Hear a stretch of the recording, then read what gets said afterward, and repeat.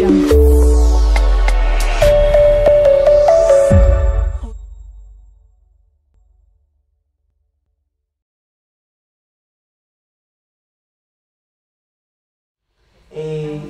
raíz del Día del Periodista, el Centro Cultural Perelló, bajo mi dirección, sentí que había una necesidad de que hiciéramos un encuentro para discutir un poco de lo que fue la importancia de Páginas Banilejas en el quehacer y la vida del periodismo de Baní. Baní siempre se destacó mucho por ser una provincia que produjo grandes luminarias en el periodismo y lo sigue produciendo. No hay duda de que nosotros aquí en Baní tenemos un periodismo muy diferente a otros pueblos, que va más allá de informar. Es un periodismo que lucha por los derechos de la provincia, no solo los derechos de las personas. Denuncia, es un periodismo de denuncias. Sobre todo en los últimos años, los recursos naturales. Si vemos en Páginas Banilejas, yo el otro día, inclusive hay un editorial que le comenté a don Sergio, ese editorial es como si fue escrito en el día de hoy. Era un editorial dedicado al agua, en donde el director de la revista se preocupaba tanto por el tema del agua. Y estamos hablando que posiblemente ese editorial se publicó en los años 50, 60, 50 y algo. O sea, que las preocupaciones que tenían los periodistas de la época son las mismas que tenemos nosotros hoy. Hoy se lucha por las dunas, por los ríos, por el agua, por la naturaleza. Luchamos por tantas cosas, tantas denuncias. El periodismo banilejo es un periodismo valiente. Y lo que queremos es eso, retomar. Yo creo que este encuentro de hoy fue más que todo para celebrar el Día del Periodismo. Le tenemos un agasajo, unos detalles, unos souvenirs, y por eso fuimos un poco limitados en no convocar a mucha gente. Y sobre todo distinguimos lo que era entre comunicadores y periodistas. No quisimos mezclar para que no haya una confusión de que estábamos convocando a las personas que están activos en los medios de comunicación, porque ustedes saben que el periodismo es un ejercicio que va más allá de comunicar, y ustedes los que están aquí ahora lo saben muy bien. Entonces la convocatoria fue muy selectiva y muy dirigida a periodistas. Entonces los quiero felicitar porque son gente muy valiente, muy dedicada y preocupada por su pueblo. Me tomé la libertad de pedirle a don Sergio Germán que nos acompañara. Él aceptó muy gustosamente. Dentro de su ocupada agenda que don Sergio tiene, sacó este ratito para compartir con nosotros. Personalmente estoy muy agradecida porque siempre que lo invito nunca me dice que no, y eso es un privilegio. Un privilegio para mí, para la institución también y para Baní. Sabemos los banilejos que contamos con él. Es un hombre muy preocupado por Baní y con una gran experiencia en el mundo, en el ejercicio del periodismo. Tenemos mucho que aprender de don Sergio, pero yo creo que lo que más nos inspira de don Sergio es que ama a Baní con una fuerza. Es de los banilejos que uno dice, cuando yo sea grande quiero ser como él. Porque por ocupado que esté y por comprometido que esté en su rama del ejercicio en el que él trabaja, en las leyes, en los litigios y todo eso, siempre saca tiempo para preocuparse por su Baní querido. Por pequeño o grande que sea el tema, a él sencillamente le importa. Y banilejos como él, yo creo que nosotros tenemos que estar muy orgullosos y muy agradecidos sobre todo. Entonces, el doctor Valera, siempre una persona curioso, investigador de su Baní de ayer, del Baní de hoy, e inclusive preocupado por el Baní del mañana. y también es una persona, un intelectual, un historiador, un genealogista, que se preocupa mucho por que se sepa, que se difundan los orígenes de Baní y sobre todo de nuestras familias, de nuestras raíces, nuestra identidad, de quiénes somos. Él está con nosotros también. Yo le pedí que nos acompañara para que nos hable un poco sobre la revista Páginas Banilejas. Teníamos convocado a Dagoberto Tejeda, quien, a pesar de que está muy recluido en su casa, y que de aquí yo espero que surja, don Sergio, y esa es la idea, una serie de debates en Baní, y espero que nos comprometamos todos de que se originen esos debates en el Centro Cultural Perelló sobre el ejercicio del periodismo de hoy y del futuro. ¿Qué queremos nosotros, los banilejos? ¿Cómo queremos que se desarrolle y se continúe esa tradición de periodismo de alto nivel? No podemos dejar caer eso. Y proyectos como Páginas Banilejas nos inspiran. Y le comentaba a Luis Manuel que mi revista, que se ha dejado de publicar, que tenemos que buscar por todos los medios y por todas las vías de que se retome ese proyecto. No es posible que con el historial que tenemos nosotros de repente no tengamos publicaciones periodísticas de ningún tipo. O sea, no podemos enclaustrarnos en lo digital. Periodismo digital es otra cosa. El verdadero periodismo es cuando usted puede tocar las páginas o leerlas, y que la valentía sea frente a frente, porque por más que usted denuncie en un dispositivo, el que denuncia no da la cara realmente. Entonces yo creo que debe haber cierto coraje, cierta valentía,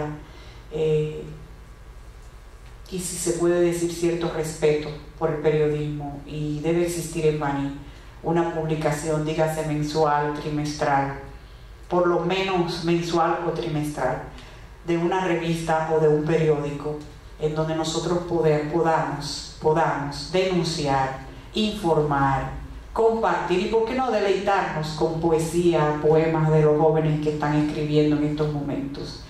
Entonces yo le voy a pasar la palabra al doctor Sergio Germán, que va a iniciar la sesión, y luego en la segunda participación va a estar el doctor Valera. Hemos dividido el encuentro en dos, el doctor Sergio Germán y el doctor Valera. Al final vamos a tener un refrigerio y un brindis en la cafetería y unos souvenirs que con mucho cariño les mandamos a confeccionar para ustedes. Reitero las buenas tardes y los saludos que ya anteriormente nos habíamos transmitido mutuamente, pero nunca está de más un nuevo saludo frente a tan buenos amigos y tan recordados amigos. Hablar sobre don Ángel María Peña Castillo, don Chichi, constituye realmente un reto, porque se trata de una persona, yo no le digo personaje porque no me gusta la palabra personaje, porque tiene una nomenclatura y un significado a veces un poco denigrante más que enaltecedor. Entonces era una persona de un trato muy agradable, pero sin embargo lucía personalmente enigmático, alejado y difícil, muy contrario a lo que era luego que se le conocía y se le trataba personalmente. Don Chichi era realmente un periodista que editaba en la revista Páginas Banilejas, pero no era solo el que escribía el editorial, era también el que se convertía en el tipógrafo y se metía en el lugar donde se estaba componiendo el periódico, que en esa época se hacía con un sistema muy diferente, que eran unos tipos, se llamaban tipos, que eran letras escritas en hierro y la letra en plomo para que se pudiera imprimir sobre el periódico.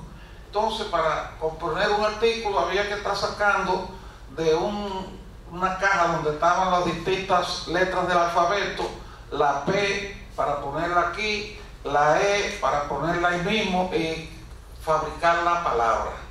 Don Chichi hacía ese trabajo cuando era necesario, a pesar de que tenía tipógrafo, pero era también el editor de la revista, el que escribía los editoriales, era el periodista de la revista porque era el que hacía los reportajes, era el distribuidor de la revista porque se ocupaba de llevarlo a todos los pueblos de la República, incluso personalmente.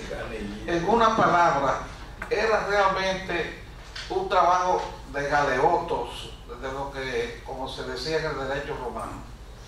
Bueno, Don Chichi fundó Páginas Vanilejas en el año 1941 y desde el primer momento lo instaló la imprenta en el mismo lugar donde él vivía y hasta el último momento de su vida y hasta la última edición de Páginas Vanilejas se hizo en ese mismo lugar, que es en la calle Orimella, ahí cerca de la esquina por la intersección con la calle Duarte. Presidente Villini. Ahí en esa esquina, al lado de la farmacia de Chichi Soto, vivía Don Chichi y en el patio tenía la imprenta y ahí la preparaba y la editaba también. Don Chichi tuvo una vida muy interesante. Los que lo conocieron ya al final de su vida, en la mayor parte de las personas desconocían sus inicios como político y como patriota. Don Chichi fue de las personas que en Baní en el primer momento se opuso a la dictadura de Trujillo, de los pocos banileros que se opuso y enfrentó la dictadura de Trujillo, hasta el punto que fue de las personas que tuvo una actuación protagónica en la defensa de un ciudadano banilejo, Federico González, que se llamaba Fellé, que era el que dirigía aquí la oposición a Trujillo en el 1930 y fue perseguido, atacado, incluso en lo que soy el callejón Padre Villini, y ahí unos maleantes y pistoleros que vinieron de San Cristóbal a atacar a Fellé González. Chichi Peña, que era del grupo de Fellé González, junto con otros banileros, los enfrentaron en ese callejón, un tiroteo, y evitó que lo mataran. Por ahí comenzó ya la vida de Chichi, siendo joven, como un verdadero luchador para evitar que aquí se estableciera una dictadura que al fin y al cabo se implantó y que causó tantos muertos, tantas agonías, tantos tantos dolores, como fue la dictadura de Trujillo. También Don Chichi fue parte de una actividad de la vida social de Baní, muy sana en aquella época, tendente a que la cultura se desarrollara y tomara un lugar de preeminencia. Fue de los fundadores de la Sociedad Luz y Progreso.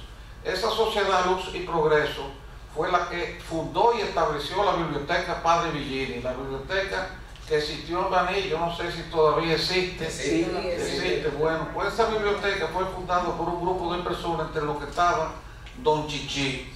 Don Chichi también era una figura descollante en la iglesia, en una organización muy importante que tenía la iglesia de Baní, que se llamaba la Hermandad Nuestra Señora de Regla. La Hermandad Nuestra Señora de Regla, perdón, sí, la Hermandad Nuestra Señora de Regla. Don Chichi también fue de los principales directivos de esa asociación. Él me contó en una ocasión un acontecimiento que pudo haberle costado la vida, y vale la pena mencionarlo porque da una idea de lo que era la vida de un periodista y de un hombre vertical en los tiempos de Trujillo. Él iba semanalmente a Santo Domingo. En sus viajes a buscar anuncios para la revista o a imprimirla en la época en que no tenía originalmente imprenta como la tuvo después. Y me contó que en una ocasión venía desde Santo Domingo y en un carro, y lo detuvieron el carro en un puesto de chequeo militar que había un sitio que se llama Nigua. Y cuando pidieron los documentos y vieron el nombre de él, era justamente a él que lo estaban esperando para detenerlo. Lo detuvieron, se lo llevaron preso a San Cristóbal, y de San Cristóbal lo tuvieron ahí donde está todavía frente al parque el destacamento de la policía, y lo sentaron en un banquillo ahí. No le dijeron ni una sola palabra. Él no sabía por qué se lo habían llevado preso, ni sabía qué era lo que había ocurrido. Pero ya él tenía la revista Página Banileja, y la revista Página Banileja ya había tomado preeminencia, pero mantenía una actitud donde no se hacía mención de Trujillo, ni se publicaban fotografías de Trujillo.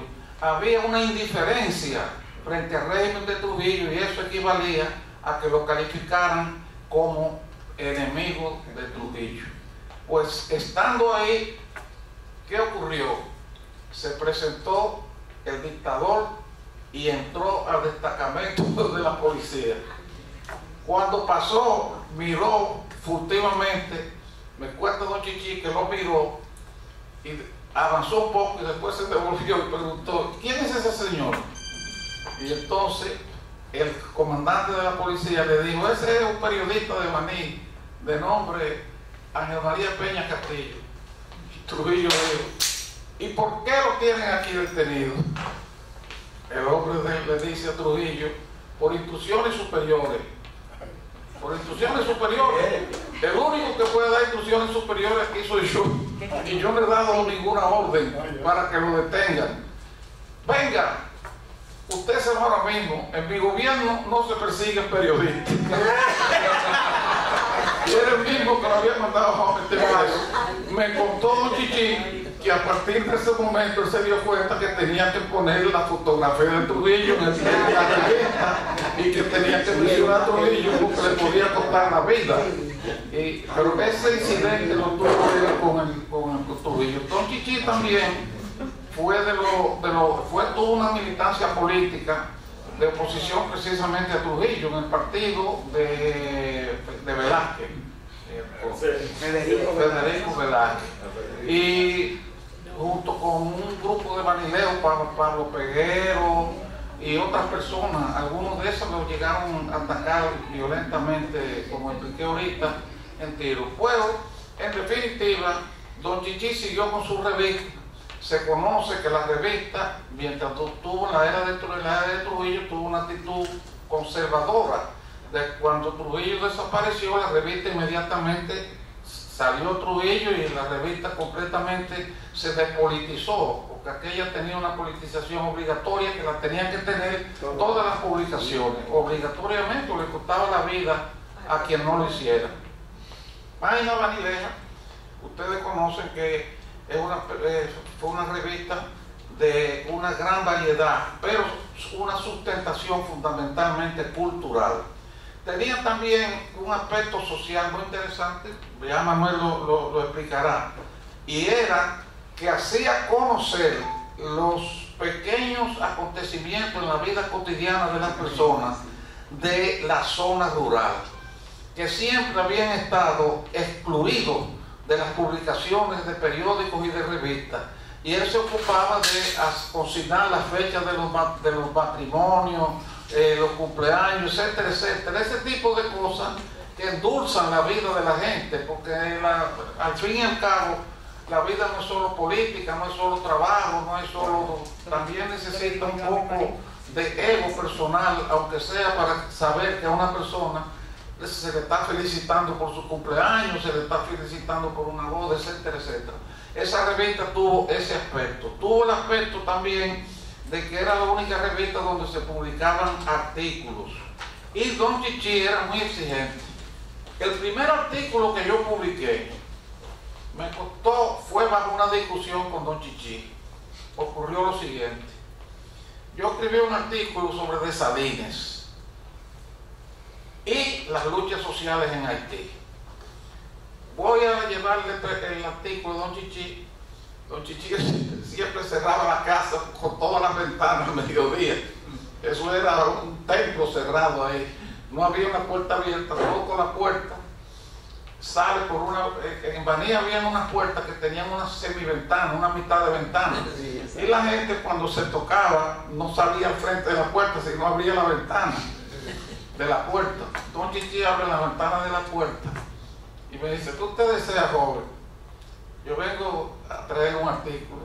¿Quién es usted? Yo le digo, yo soy el que llamo fulano. Ah, ¿de cuál, hijo de cuál Germán? De Federico Germán. Ah, yo soy amigo de Federico Germán. ¿Y qué es el artículo que usted quiere que publicar? Déjeme verlo. Lo mira así y lo ve, lee el encabezamiento y me mira y me dice, pero este es de Haití, de Salines. Usted sabe que aquí somos un país que sufrimos mucho con Haití y no queremos saber de Haití. Somos anti-haitianos. Venga, entre, abre la puerta. Me siento en la sala y comenzamos él y yo una conversación entonces sobre la historia, sobre Haití, y al final yo lo convenzo de que ese artículo no tiene nada que ver con la República Dominicana, que no tiene, que sencillamente se refiere a luchas sociales en Haití, y que él lo podía publicar, y lo publicó, al fin y al cabo lo publicó. Después hice varias publicaciones, también seguí haciendo publicaciones en la revista, en Página Banileja, como muchos banilejos colombinos, pero yo escribía, y sobre todo también logró penetrar en muchos lugares las revistas del país, donde habían personas también que escribían, y del extranjero. Don Chichi personalmente era un gran conversador, tenía una cara seria, distante, alejado, parecía una persona muy, muy difícil, pero cuando se le trataba, ya era abierto, ya era cálido, ya era, se acercaba mucho a uno y podía mantenerse con él una conversación de mucho interés. Iba todas las noches y se sentaba junto con un grupo de personas de Baní en el parque, en los bancos del parque, frente al Bar Golio, a donde estaba el Bar Golio. Ahí había un grupo que se sentaba, don Chichi, un don Medina, Socorrito Lara, un grupo de personas mayores. Nosotros, el grupo de jóvenes, nos reuníamos en la esquina frente a lo que se llamaba la casa de Fabito, decíamos, frente al parquecito, frente a la iglesia. Ahí nos reuníamos la mayor parte de los jóvenes y teníamos nuestras conversaciones. Recuerdo que en una oportunidad se organizó una discusión muy seria en esa esquina entre César González Celado, yo y un grupo de jóvenes de esa época sobre un asunto que en ese momento a todos nos pareció increíble, y fue que César González dijo que Juan Pablo Duarte, el padre de la patria, había pertenecido al ejército haitiano. Cuando se dijo eso en esa esquina, explotó la esquina ahí mismo, explotó la esquina en una discusión grandísima.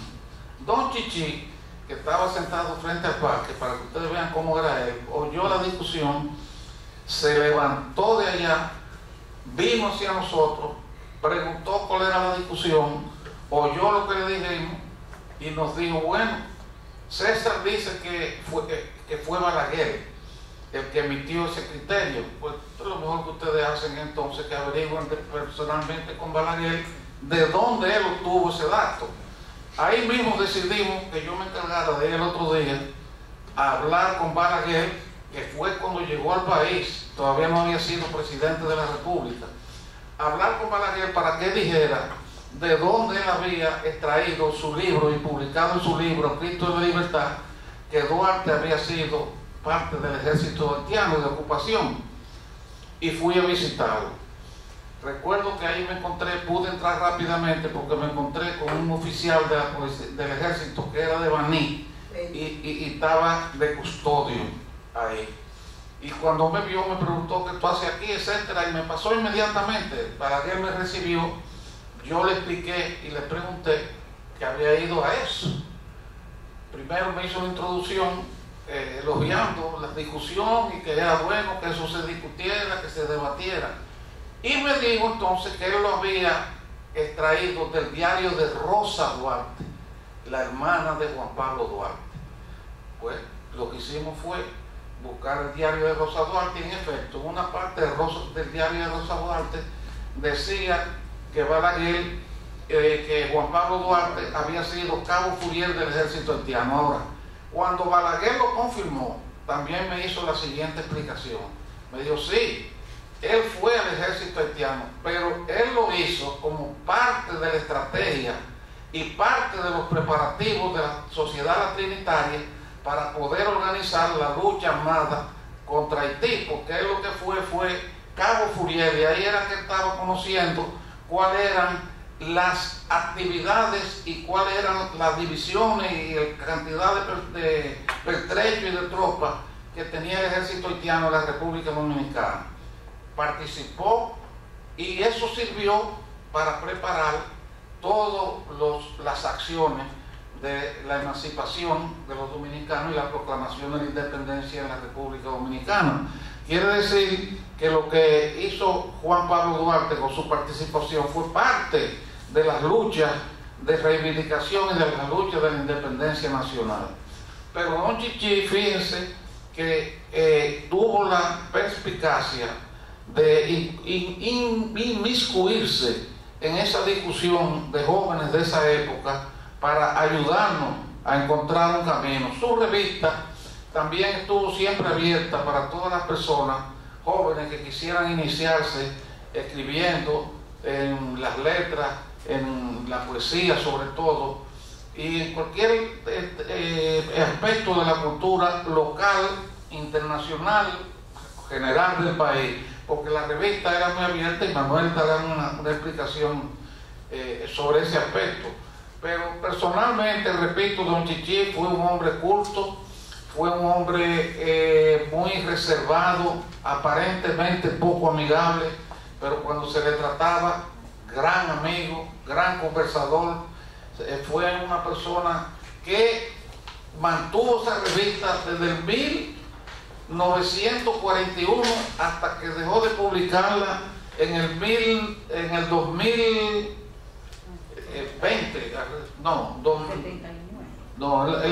La publicó lo primero en el 1941 y terminó en el 1970 y pico. 79, exacto, en el 1979, es decir, fue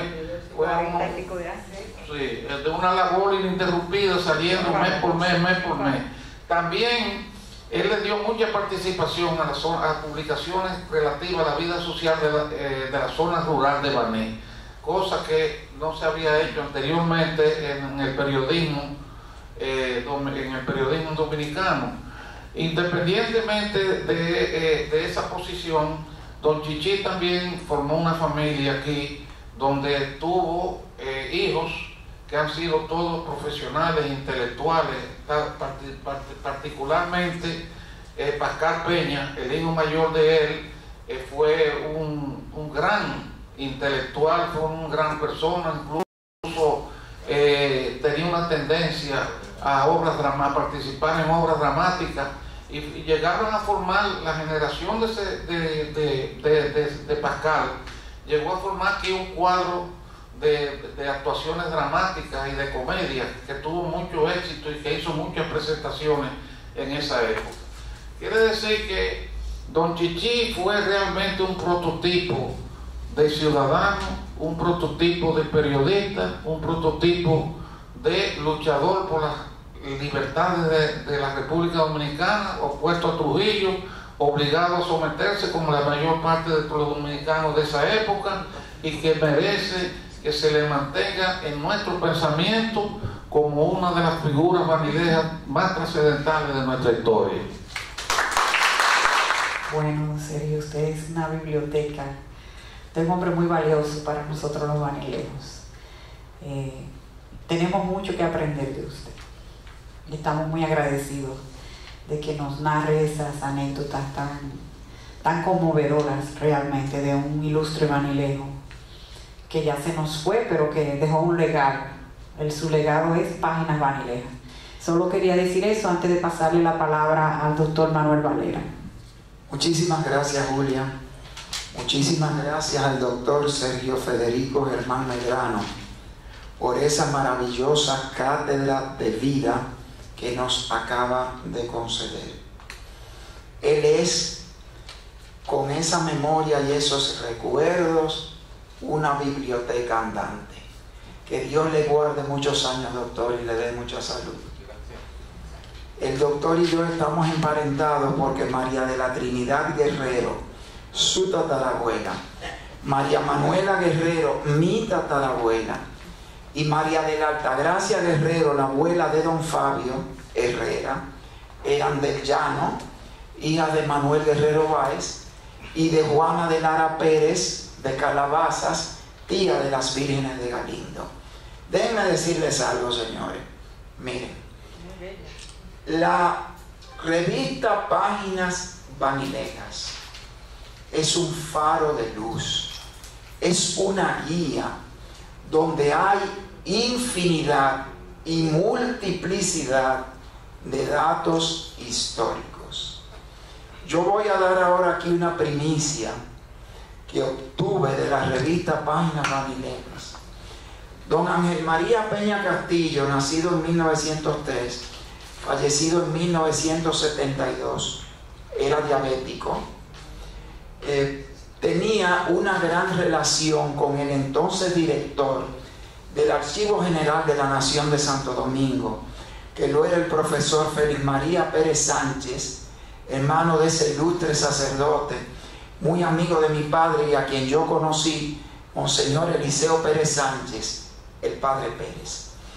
Pues bien, en un artículo que está en Páginas Vanilejas, yo supe quién fue el dueño de los terrenos del Valle de Baní antes que los Colón, que creí que habían sido los primeros dueños.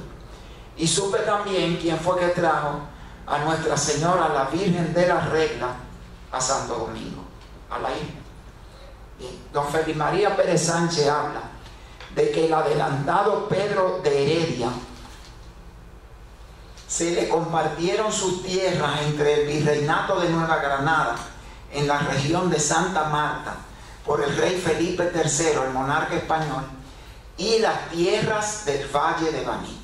Quiere decir que el primer dueño de las tierras del Valle de Baní es el adelantado don Pedro de Heredia, cuya familia Heredia está en Santo Domingo y está aquí en Baní.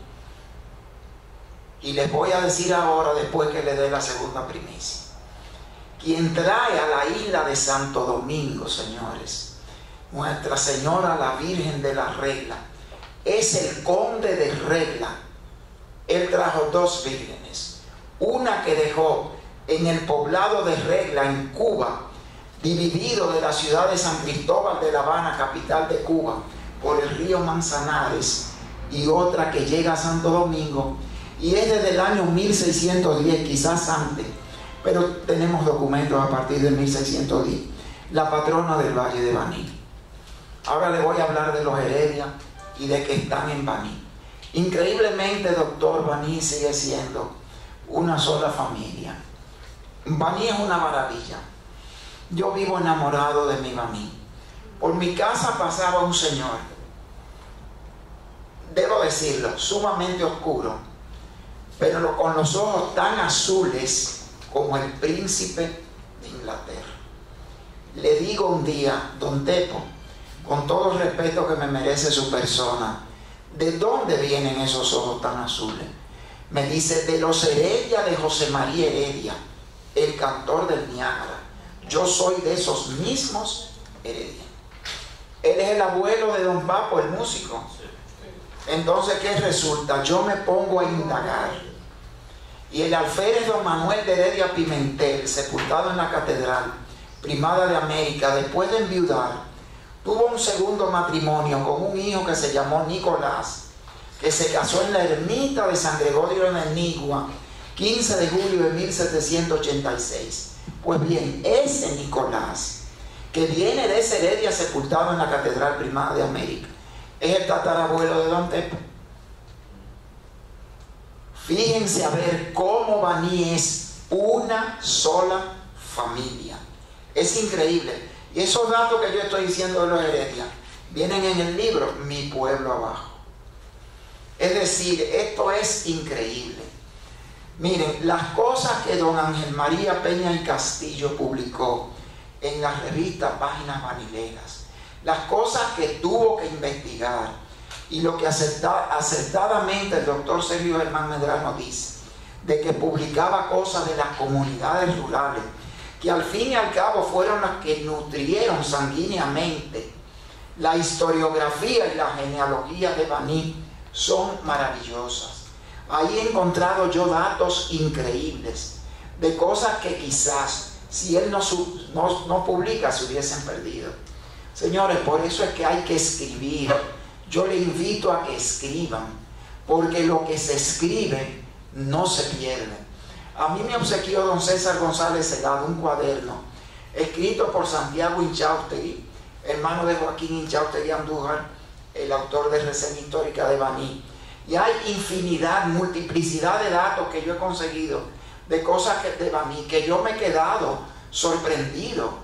Por ejemplo, ahí yo conseguí que el Callejón de la Patrona en realidad era una calle que luego amputaron para dar paso a una parte de lo que fue un cementerio que existía donde hoy está el cuerpo de bomberos. Eso es increíble. Y es increíble también la unión de Baní con las familias judaicas. Aquí el hecho de que cuando un señor enviudaba, caso de Florentino Herrera, caso de Fabio Herrera, caso de Maggi Arias, mi tío político, casaba con otra hermana de su primera esposa, eso es una usanza judía. Y el al revés, cuando ella era la que enviudaba, casaba con un hermano del esposo fallecido. Todas esas usanzas judías están en Baní. Yo recuerdo que en casa de Nico Valera, mi abuelo, antes de la comida a las 12, se hacía una sopa. Pero yo aprendí que eso de la sopa era una costumbre judía que viene de Andalucía, del sur de España, en casa de una española que yo adoré, que se llamó Josefa de la Fuente y Caro, natural del pueblito de San Fernando, al lado de Cádiz, en Andalucía, la viuda del ilustre músico dominicano José de Jesús Ravelo. Una señora a quien yo le decía Mamá Pepa, que me trató como un nieto sin serlo consanguíneamente, que me invitaba a comer y que me hablaban ella y su hermana Pilar, tía Pilar, de tantas cosas. Tía Pilar es la viuda de Pancho Palau Pichardo, ese gran periodista y cineasta, primer cineasta dominicano, que ahora René Fortunato está rescatando todo lo de don Pancho Palau. Ese Pancho Palau, hijo de español y dominicana. Su madre era Luisa Pichardo, hermana del historiador dominicano Bernardo Pichardo. Entonces, son increíbles las cosas que uno llega a saber. De don Chichi tengo yo una anécdota que siempre recordaré. Un día yo me permití preguntarle que por qué en la mejilla él tenía esas marcas. Y él me dijo que era la viruela. Él nace en el 3.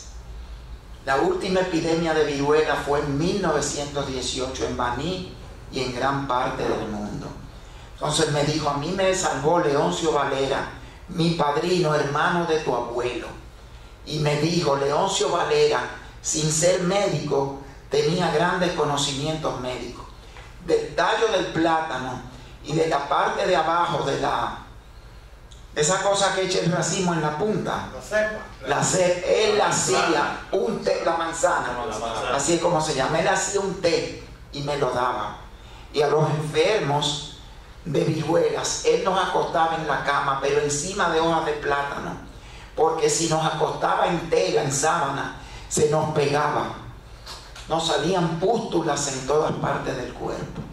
Esa anécdota me hizo don Chichi Peña. Fíjense cómo uno llega a saber, por ejemplo, que la epidemia de viruela fue en 1918. Él tenía 15 años y le deformó el rostro a mucha gente.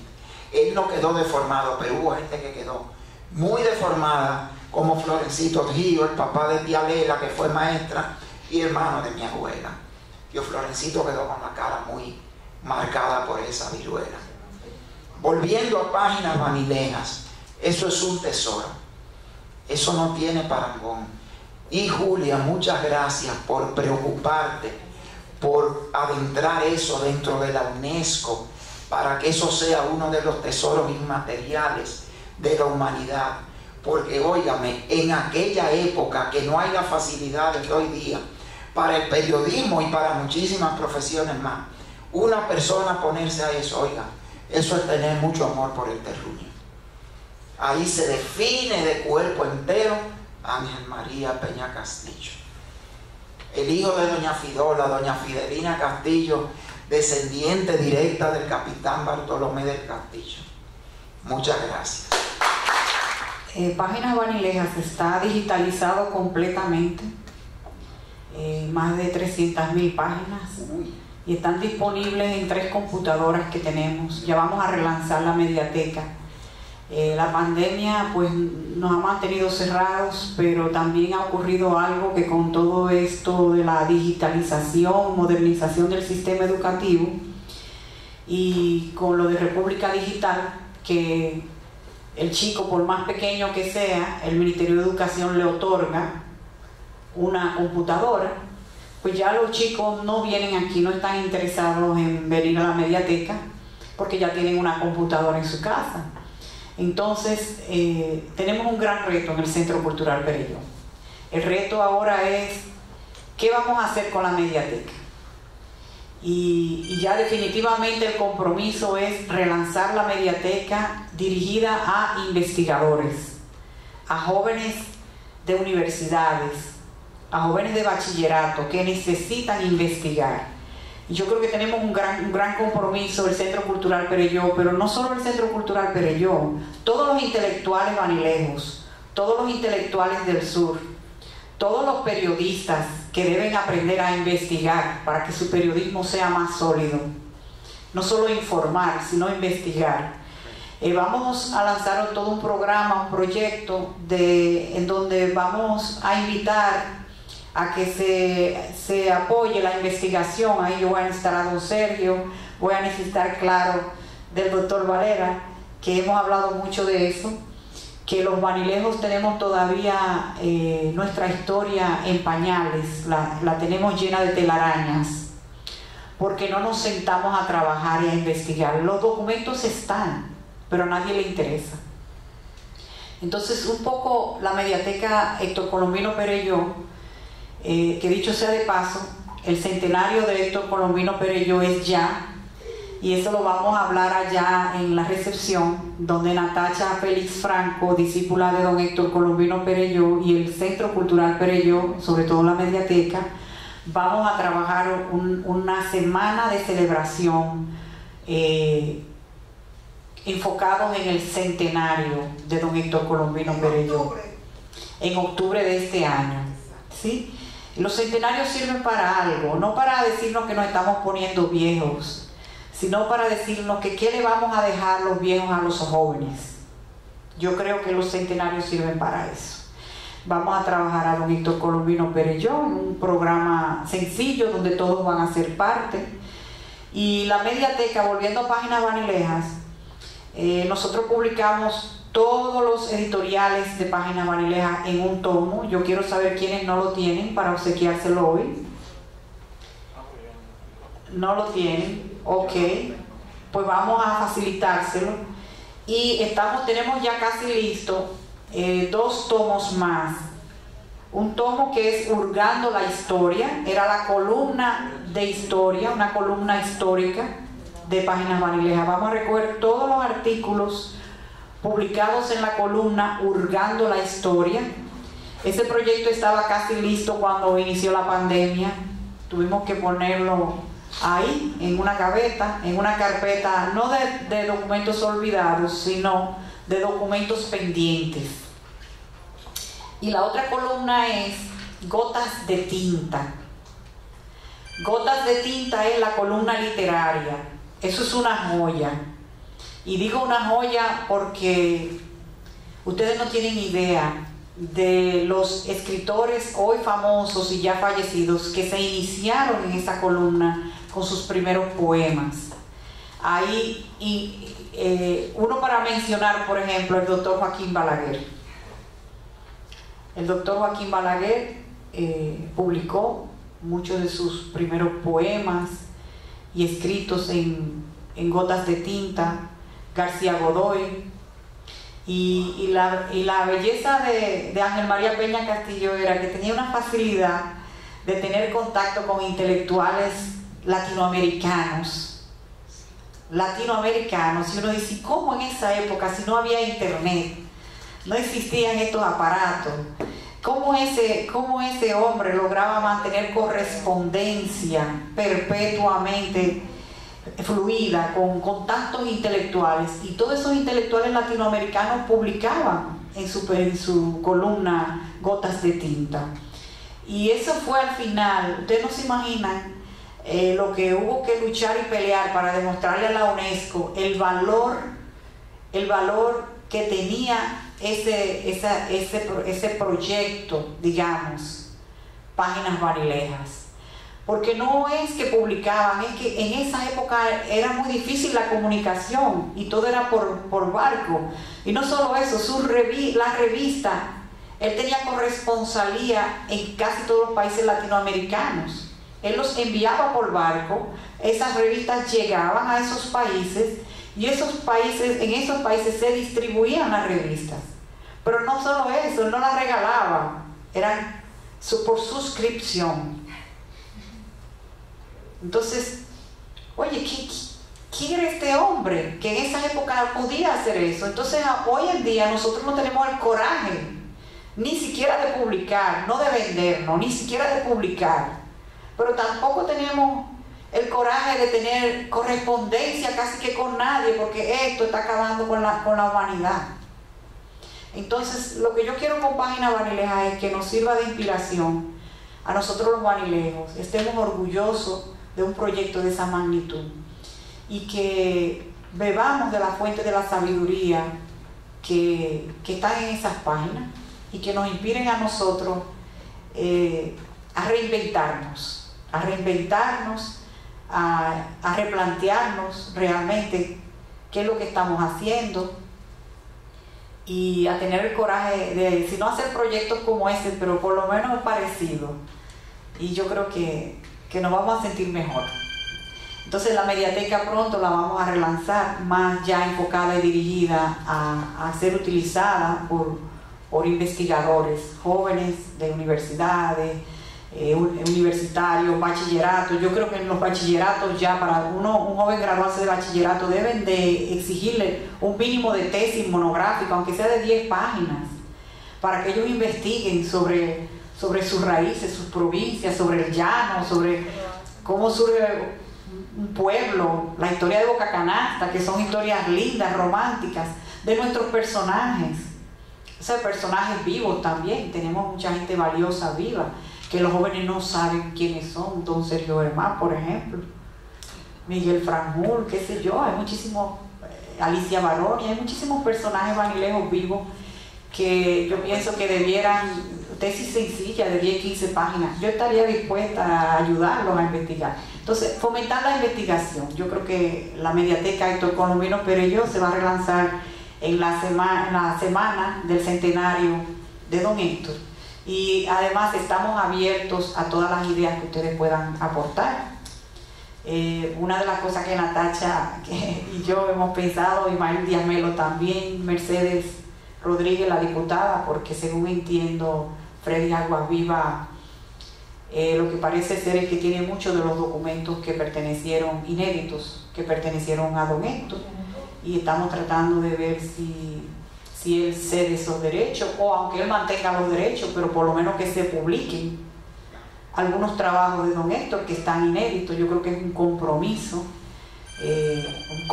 moral, digamos, de dar a la luz, de dar a conocer cosas que están guardadas y llenas de telarañas.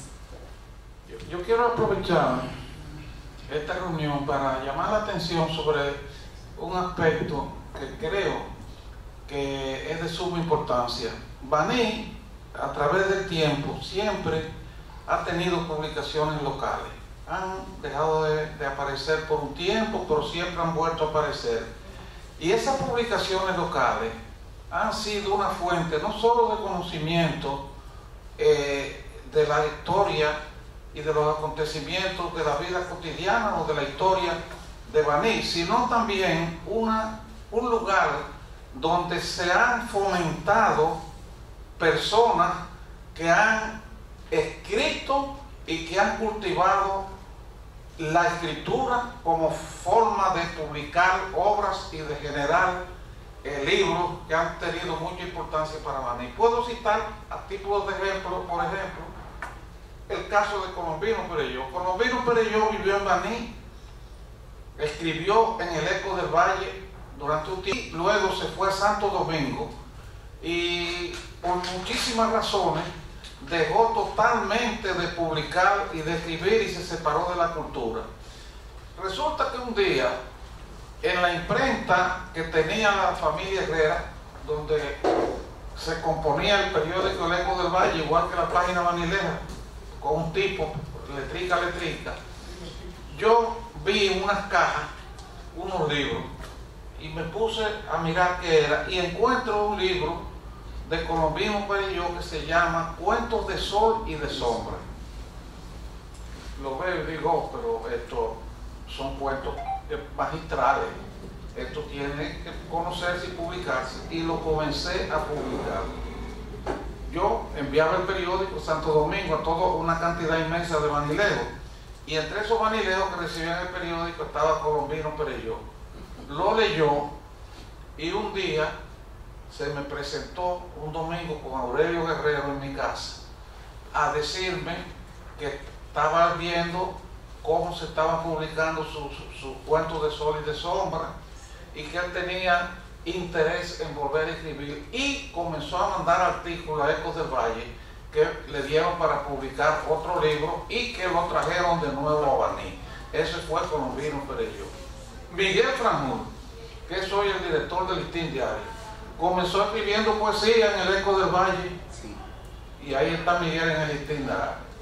Natacha publicó sus primeras poesías en el periódico Eco del Valle, poesía muy bonita, poesía muy bien escrita, poesía mucho interés y mucho atractivo. Así le pedí a doña Dulce que nos engalanara la mesa, la hija más pequeña de don Ángel María Peña Castillo, y quien ha sido un soporte increíble para nosotros, para el Centro Cultural Perelló, y con todo ese amor que le ha transmitido a toda su familia, y ha convertido de Centro Cultural Perelló su segunda casa, porque es la que alberga el gran patrimonio material e inmaterial de su padre y de sus abuelos y de su abuelo, ¿no?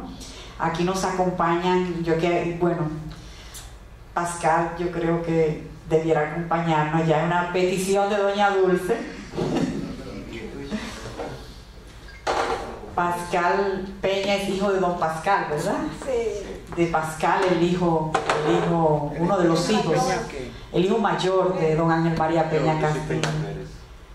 Sí, Pascal Cervantes, que no nos acompañó hoy, no nos pudo acompañar, pero Cervantes también ha estado mucho con nosotros, hijo de Cervantes, y nos acompañan otros miembros de la familia que me gustaría que doña Dulce nos presente. Y quiero pasar el micrófono a doña Dulce antes, Johnny, un segundito, para hacer ya la presentación formal de la familia de Ángel María Peña Castillo. Sí, ahora me acompaña mi esposo, Teodoro Suárez Rodríguez, mi hijo, Diego Suárez, y su esposa, Mariel de Suárez.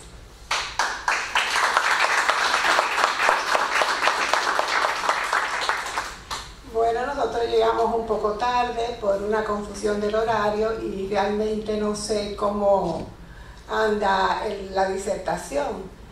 Pero como el tema de hoy es la importancia de las revistas Páginas Banilejas en el Baní de ayer y el de hoy, En el Baní de ayer, la revista, ustedes saben que vino a llenar un vacío existente en Baní. No había ninguna otra revista, habían informaciones sociales, culturales. Insertó a Baní en un mundo que desconocido, porque ya escribían autores como José Martí, Máximo Gómez, Rodríguez de Moris, y Monseñor Noel y otros que no me vienen a la mente ahora mismo. Y entonces asimismo le abrió las puertas a mucha juventud que estaba inquieta y quería escribir. Inclusive me encontré revisando en un tris de Gregorio García Castro que comentó que cuando él empezó a escribir novelas y prosa, todos sus escritos que mandó a los diferentes periódicos terminaban en el zafacón, y encontró en Páginas Banilejas una puerta para iniciarse, llegando a ser su colaborador permanente, además de todas las informaciones de que habían en Páginas Banilejas, que se llegó a convertir en la revista de mayor publicación en nuestro país, porque en sus 33 años de fundada circularon 420 ejemplares y un total de 18.900 páginas, que es un récord a nivel nacional. Y eso en cuanto al Baní de ayer. Y en el de hoy, el principal logro de la revista ha sido lo que se logró gracias al Centro Cultural Perelló, de que sea considerada como un patrimonio monumental para la UNESCO.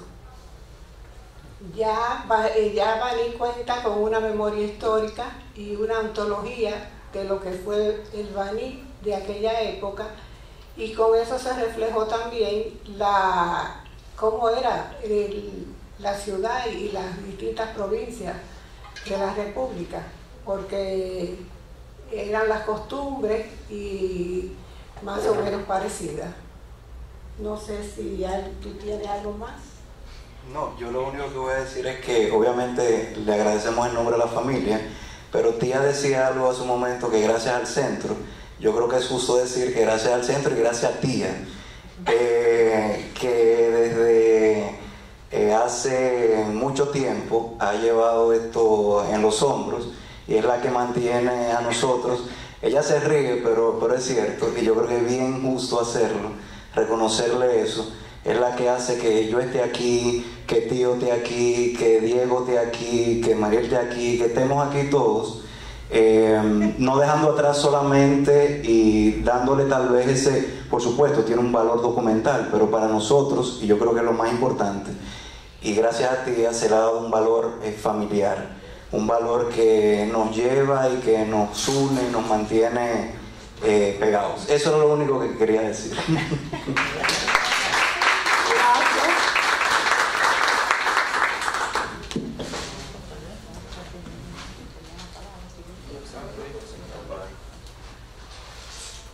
Buenas tardes a la familia Don Chichi. Bienvenidos a Gracias. Cuando el destacado periodista banilejo Fausto Soto dice que en sus años mozos era lavador de carro, yo digo que en el año 1970, a mis 15 años, yo era canillista del periódico Ecos del Valle. ¿Quién dirigía Ecos del Valle en ese momento? El doctor Sergio Federico Germán Medrano. Sergio destacó, cuando habla de los directores de Ecos del Valle, a aquellos que lo iniciaron, pero él no se mencionó, quizás por humildad, pero sí, Sergio fue muy importante en la publicación de ese periódico. Y como él decía que don Chichi hacía el papel de todo un equipo para publicar su revista, pues de esa misma manera Sergio hacía lo mismo con Ecos del Valle, porque yo fui testigo, porque yo fui su canillita en ese momento. Hacía de todo menos canillita. 1970. En 1970 70, 77, 78, hay un éxodo hacia Venezuela, donde de Baní emigra Wilson Suazo, que no fue mencionado aquí, una gran estrella del periodismo, Luis de los Santos, Marino Luis Chalatreda, Radamés Villar, Erasmo y yo. Llegamos a trabajar en varios medios venezolanos, incluyendo la revista Acción Municipal de Venezuela. Ahí nos fogueamos los Vanilejos en Venezuela. Pero posterior a ese trabajo en la revista Acción Municipal de Venezuela, dirigida por el profesor Hernán Guerrero, nosotros publicamos un periódico netamente dominicano en Caracas, que según Atuey de Cans, que lo entrevistamos en el Caracas Hilton en el año 1984, el periódico La Opinión Dominicana constituía el primer periódico dominicano en el exterior, de modo que los vanilejos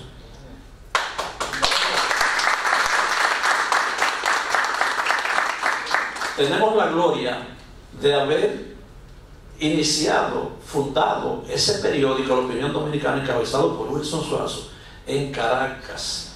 De modo que los vanilejos tenemos la gloria de haber fundado ese periódico, para gloria de los vanilejos. De modo que con esto quiero concluir para decirles que no solamente los vanilejos en Baní hicimos historia dentro del periodismo, sino fuera de ella, como fue el momento de Caracas. Muchísimas gracias.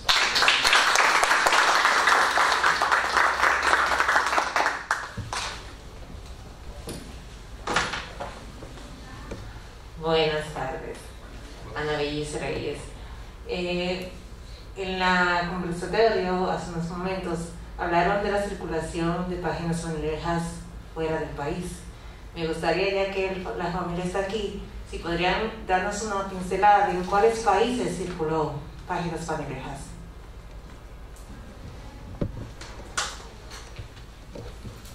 Pero solamente se circunscribió a Baní y las comunidades aledañas, pero después pasó a Argentina, México, Estados Unidos, Colombia, Perú, Irlanda y otros países. Realmente donde quiera que había un vanilejo se interesaba por la revista, porque era la única manera de mantenerse informado de lo que pasaba en el pueblo, y eso le fue abriendo camino. Buenas tardes, mi nombre es Félix Peguero. Soy quizás de la generación más joven de periodistas, pero con casi 30 años de ejercicio. Y tuve la oportunidad, primero agradecer a Dios por esta oportunidad que nos brinda de estar aquí, luego de una pandemia, y nosotros hemos salido victoriosos, porque la vida es el mayor de los tesoros. Y agradecer al Centro Cultural Perelló por siempre atraernos a esta fuente, abrevadero de literatura, y a estos expositores que nos han presentado en síntesis.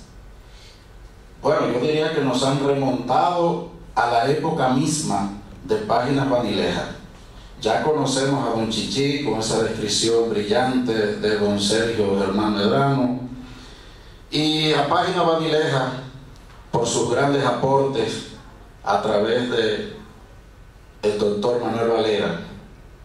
Pero yo quiero señalar que en la oportunidad que me correspondió dirigir el Departamento de Cultura del Ayuntamiento Municipal, una de mis peores satisfacciones, puedo decir, bueno, no hay peor satisfacción, ¿verdad que no? Porque no hay cosa que satisfaga a uno que le haga sentir mal, fue encontrarme en el museo con un montón de revistas, páginas vanilejas tiradas en el piso, amontonadas ahí, y que fueron llevadas de seguro por don César González Celado, siempre una persona preocupada, y quizás el doctor Manuel Valera pudo en su momento sufrir de esas cosas que nosotros vivimos, de cómo materiales tan valiosos y que hoy son objeto de tanta admiración y respeto de nuestro pueblo, quizás se fueron perdiendo al alcance de una generación que pudo haber aprovechado al máximo ese medio por excelencia, transmisor de cultura. Pero yo simplemente quiero decir lo siguiente: ahora que estamos hablando de prensa digital, nosotros los que nos inclinamos por el arte, la literatura, la poesía y que lo conjugamos con el periodismo, la mayor satisfacción para un escritor, para un poeta, es cuando uno de sus trozos poéticos son publicados en una revista. La podemos distribuir, la podemos regalar, se la colocamos en las manos a personas que sabemos que la van a valorar. Pero cuando uno las escribe para medios digitales, uno siente como que se perdieron. Y a veces tenemos 50 poesías en un medio digital y hasta nosotros tenemos que hacer un esfuerzo mayúsculo para decirle a la gente: pero entra para que tú veas que yo publiqué ahí. No es lo mismo cuando usted tiene una revista, Páginas Banilejas, que usted le dice a alguien: mira ese escrito mundioso, un análisis, un trabajo de investigación, una poesía, mira lo que hay ahí, disfrútalo, recíbelo, sácale provecho, gózalo. No es lo mismo. Por eso yo sigo siendo un periodista tradicional. Quizás me he quedado retraído en esa época de ensueño, pero tengo también la fe y la esperanza de que va a resurgir un medio, una revista que le va a seguir los pasos a Páginas Banilejas.